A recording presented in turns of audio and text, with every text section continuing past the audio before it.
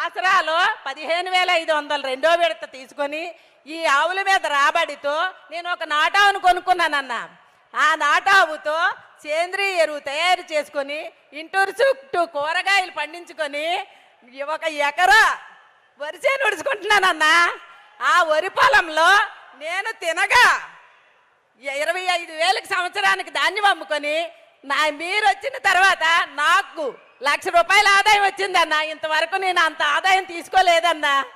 నిజంగా మీకు చాలా చెప్పుకోలేకపోతున్నానన్నా. నిజంగా అన్నా మిమ్మల్ని చూస్తుంటే నాకు మాట రావట్లేదన్నా.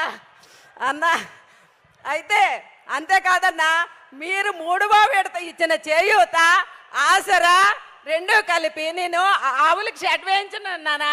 వీటి మీద వచ్చిన రాబడితో 80,000 పెట్టి నేను షెడ్ వేయించుకున్నానన్నా ఆవులకి. అంతేకాదన్నా.